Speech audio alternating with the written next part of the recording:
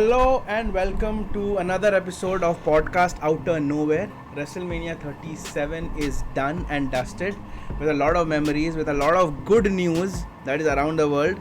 We will talk about the results and we'll talk about the 2-day extravaganza that has WrestleMania been, and with live audience this time, and back with live audience, back in business as they like to call it. ये episode special होने वाला है because I'm not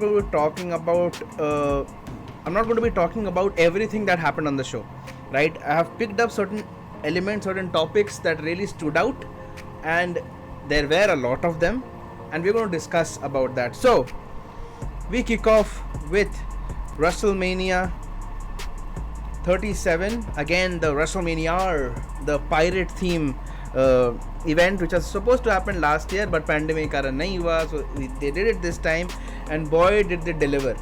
Every time WWE has their backs to the wall. It happened with, I think, Money in the Bank. It happened with a lot of great pay-per-views where it was like expected to be really bad, but WWE over-delivered. And that is what competition makes you do. You know, bring out your best, bring out everyone's best. And WWE has done a great job. I mean, whoever did the booking, whoever got it right with no build or minimum build, this WrestleMania turned out to be a spectacular event. Okay, now we get started with night one, the opening match. Bobby Lashley versus Drew McIntyre. Now, this match was built around the fact that Bobby has won the title very soon. He does not deserve it. He took it from, Miz took it from Drew, and Bobby took it from Miz. So, Bobbles, the almighty era is going to end by Drew, and much awaited जो moment था कि Drew will win the title in front of live audience and the crowd reaction that Drew very well deserves, and that was the whole setup. But because Bobby Lashley has been so phenomenal, and since his debut, not this time, like I think someone messaged me कि 2006 whenever he debuted, it has been a long time due that Bobby has a title and he needs to carry it for a long time, and I wanted Bobby to continue his reign because he's dominant and fantasy booking, but we want to see Bobby Lashley versus Brock Lesnar for that title. And I was like, will WWE do it, will WWE not do it? And again, keeping Drew safe, Drew had to hit the Claymore, 1 second of distraction with MVP on the sidelines, and then Bobby got him locked in, the Hurt Lock, full Nelson, and Drew passed out. Again, Drew did not tap out, he passed out, so cementing Bobby Lashley as a true WWE champion. And you will have a rematch because there is a reason now, because MVP distracted, that is why Bobby won. So Drew will always get a rematch if needed, but Bobby retaining proves that he deserves the spotlight, he deserves to be. And this was the opening match and a good match to start off the event. People were excited, I was excited to watch it. So fantastic match to kick off, and great result and a big swerve. WWE has done a lot of swerves this time. They made us focus on Drew but gave the title, but made Bobby retain. So that is a very smart move, right? बहुत कम होता है that you wish for something and you don't get it, but still you are happy because then that excitement is alive, and that excitement is alive that okay, this is good. Bobby with the title is great. Next up, we had Seth Rollins versus Cesaro. Now, a fantastic, technical, high-flying, a great match by both these veterans. Cesaro is long due. He deserves a title run. WWE, please give Cesaro a major title run. Not Intercontinental, not US, or Universal or World or WWE Championship run. A fantastic match. Swing hua. Over the I don't know, airplane freehand swing hua. Neutralizers, और if you remember, Stomp को RKO में convert किया गया था WrestleMania 31 में, I think, जिसमें Rollins cashed in, but this time a Stomp was converted into a European uppercut followed by the swing, 23 breaking his own record, yes, and then a neutralizer to win. Great win for Cesaro, and kudos to Rollins for going to seeing this, for agreeing to do this, because now we are finally satisfied to see Cesaro win big and win big at WrestleMania. I hope this translates into something for Cesaro. You know, this is like the snowball effect, and seeing the response for Cesaro, stuff moves on and he gets a title run in the near future. A fantastic match, and loved this match. Next up, Bad Bunny and Damian Priest versus Miz and Morrison. सबसे पहले तो mad props to Miz and Morrison. इसमें से भी to Morrison for taking that Canadian Destroyer. Bad Bunny looked great. 15 minutes or so he had to face the offense, give the hot tag to Priest for a lot of things, a crossbody in the end. So there was a crossbody by Bad Bunny, a suplex, in sync suplex, German suplex to both of them. So great job by Bad Bunny. I think they're calling it as the best celebrity matchup of all time, and you cannot argue less. I was excited. When I was watching, I was like, good, damn, this is so good, this is so fun, and you wanted Bad Bunny to win. And again, mad props to Miz and Morrison. Fantastic job. So this is a live spectacle. You need to entertain the audience no matter what. So, and they perfectly did that. Next up, we had the main event for night 1. Sasha Banks versus Bianca Belair. First time in history that 2 female wrestlers of color are main eventing WrestleMania. First time ever, and a great match. For me, the one thing that stood out was the whip from Bianca. That whip will echo for years to come, because you could hear that shit, and you could feel that, oh god, that would hurt. And then you could see that welt being formed on Sasha's waist. Again, a small botch was Sasha, the boss, was smiling after losing, which is not right for business, but still, okay, we can ignore that. A great win for Bianca, well deserved. Royal Rumble winner, goes to WrestleMania, wins. Good storytelling. Now this is proper. Fans wanted this, WWE gave it to them. Yeah, Bianca will win, and in good fashion, and really good fashion. Audience went crazy for night 1. First time in a year and a month. After a year and a month, people were watching something live from WWE, and they live as in attendance, and the crowd reactions were there. This is awesome chants were there. So it made big time sense to change titles and give it to someone fresh and someone dominating as Bianca was. And the EST is currently the BEST of WWE Women's Division on SmackDown. Great job, team. So that was night 1, right? And then our hopes were high. Okay, night 2 has something more to offer. Night 2 is going to be, that got us really excited. That got me back in the groove that, okay, tomorrow morning I have to be ready, I have to watch. So now let's talk about night 2. But before going to night 2, this is podcast out of nowhere. It's my WWE commentary, WWE review. There's so much I observe, and there's so much I feel like I need to tell the world about WWE, and I'm going to put everything over here.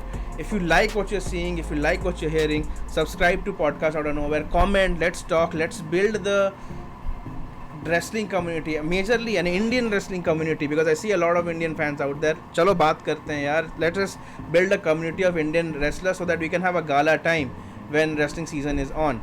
You can follow me at Unabashed Pursue on Twitter. Next up, we are going to talk about night 2. Now night 2 had a lot to offer as well. Okay, there's one more element I want to talk about. Live audience with Thunderdome. So Thunderdome has its own beauty, but live audience is live audience. You cannot compete with that. Those reactions, those cheering, they choose live, they choose whom they want to support at that very moment. And I will talk about that with reference to night 2's main event. WWE did a great job, and live audience का अलग ही मजा है. It is something very outwardly people, you can see KO when he is shouting and he's looking at them, you can see that energy, he's getting that energy, he's getting that vibe, and I got that vibe and gave us big time chills. पैसा है W के पास, resources है, तरीका है, and getting live audience is the best way to enjoy a wrestling match, because they will chant, they will boo, they will be there, and they will make everything much more 10 times or 100 times more interesting than what it actually is in the ring or in the stage. First match, Randy Orton versus The Fiend. Big time swerve, a lot of shenanigans. एक बड़ा सा clown box, something of that sort, जिसको Alexa churns, and then you have The Fiend coming up in a much more clearer avatar. Simple dominating match, but The Fiend, we were like The Fiend will win, but big time swerve.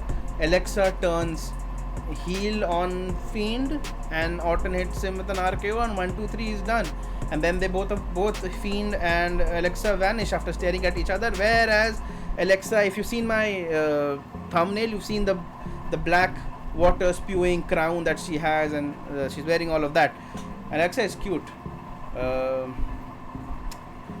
Okay, coming back, let us focus on what is next. I wanted this thing to end for Alexa and for Fiend and for Orton. I hope Orton is out of this vicious cycle, and hopefully, like, by Backlash or by SummerSlam, Fiend is also done with this thing. I don't know what's next. I don't know what's coming for Alexa, or is Alexa trying to turn on heel, on what is going on, but it has me intrigued a little. But I want it to end soon, because this came out of nowhere. Okay, this came actually out of nowhere, not like an RKO, not like my podcast channel, but Fiend losing literally came out of nowhere. Fiend deserved to win. बहुत दिन हो गया है. He had to win this one, but it's okay. I never mind an Randy Orton win with an RKO. I have never complained. Randy is my favorite, so I don't mind that. Next up, KO versus Sami Zayn with Logan Paul. On commentary or a special guest of honor whatsoever, got a stunner in the end. This was standard KO versus Sami match, minus the ladder, minus the chair, minus the no holds barred or extreme rules stipulation. Great fun match, lot of great elements. These two can do a lot, and the best part about was KO shouting and interacting with people, and that energy. KO is built for a live audience. He will channelize anything and everything that they throw at him, and he throws back, and it was a great fun bout to see them. We wish that there was an actual story there and a title between them if needed. But again, a fun match, a good match, not like Seth Rollins versus Cesaro, but not too below that as well. Like over here, this is KO versus Sami, and this is Seth versus Cesaro, something of this sort of. So next match, okay, the Nigerian drum match. We didn't know how it's going to go. There were drums, there were gong tha ek bagal mein, a lot of stuff. But the surprise thing I want to talk about is Daba Keto's debut in the main thing. He was in Raw Underground, not debut, but surprise that came out of nowhere. It looks nice, right? I feel, if the match ends and there's a good way to bring someone in, so it's a good way. WrestleMania mein koi aa raha hai, it's a very fresh way. And then giving victory in defeat, very big swerve. Tampa is Big E's hometown. He should have won, but he lost. So home crowd goes nuts, and you make a heel win thanks to Daba Keto. So you do a lot of. If Big E would have won, the story would have ended. That okay, hometown tha to usne jita diya.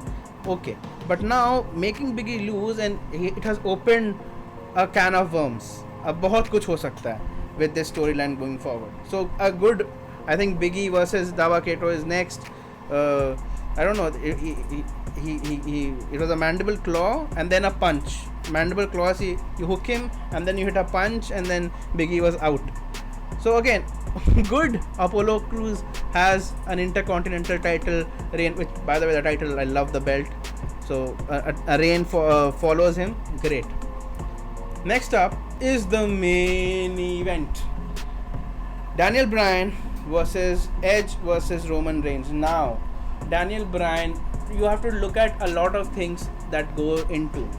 Daniel has won the triple threat match at WrestleMania 30 to become the WWE World Heavyweight Champion, defeating Triple H first, then Batista, and then Randy Orton. So entire evolution minus Ric Flair.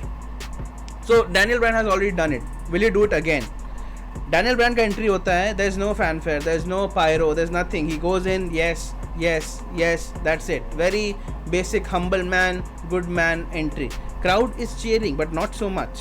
Next up, you have the Rated R Superstar 2021 Royal Rumble winner. 10 years ago, he had to relinquish the title and he wants to win it back. Lot of story, lot of angst, lot of and a very psychotic heel turn coming. And you can feel it. Unhinged Edge is right on the corner and he's right there and he's going to come out, and ultimate opportunist rules. Rated R Superstar, he comes in, lot of pyro, lot of energy, lot of good vibes. People are cheering for Edge. It felt like Edge is the babyface and Edge, people wanted Edge to win. Then came the big dog. Slow walk. Took all his time. Lifted the belt up. There was pyro all around. People were like, yeah, boo. That was going on. Jay was there. Paul was there. Paul did not introduce him. I was shocked. Paul should have done the reigning, defending Universal Champion, head of table, tribal chief Roman Reigns. Did not do that. I was sad. Moving on. The match started, and immediately after a couple of minutes, there was a super kick to Bryan by Jay. Jay was a part of the match in the beginning and then in the end. A lot of great action happening in the ring and outside the ring. A DDT by Edge to Jey Uso on a steel step.